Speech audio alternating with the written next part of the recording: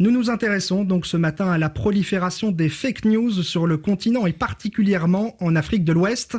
Un fléau contre lequel veut lutter la nouvelle plateforme de fact-checking Fact Africa.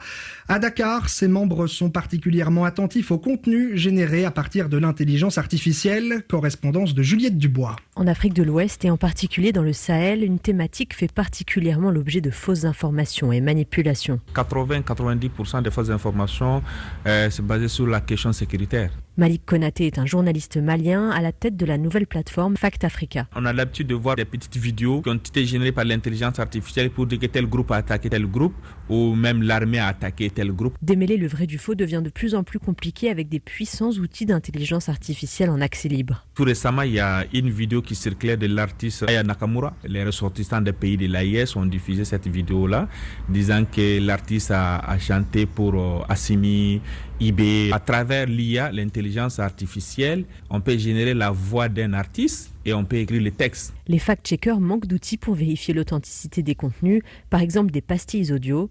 Parfois, il s'agit d'images ou de vidéos authentiques mais sorties de leur contexte original.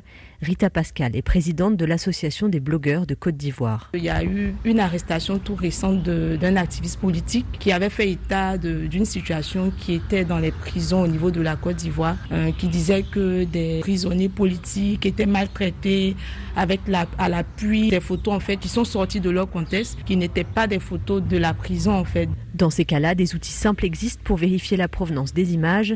Le collectif Fact Africa souhaite donc faire de l'éducation aux médias pour sensibiliser le public à ces réflexes de vérification.